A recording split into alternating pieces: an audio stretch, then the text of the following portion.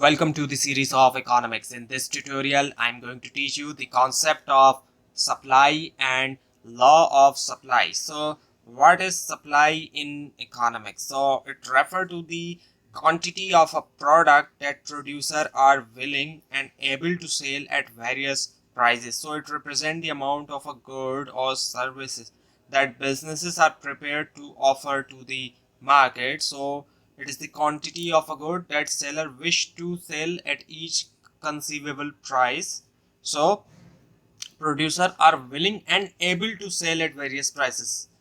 So this is supply. So now understand the concept of law of supply. So it states that as the price of a product increases, the quantity supplied by the producer also increases. So if price increases, the quantity supplied by the producer also increases, and as the price decreases, the quantity supplied decreases. So there is a relationship between the price and the supply.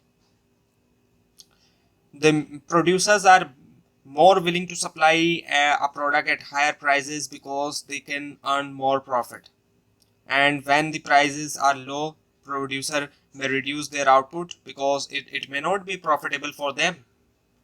So this was today's tutorial. If you have any question, you can ask in comment. Subscribe for complete series of economics. Thanks for watching this video.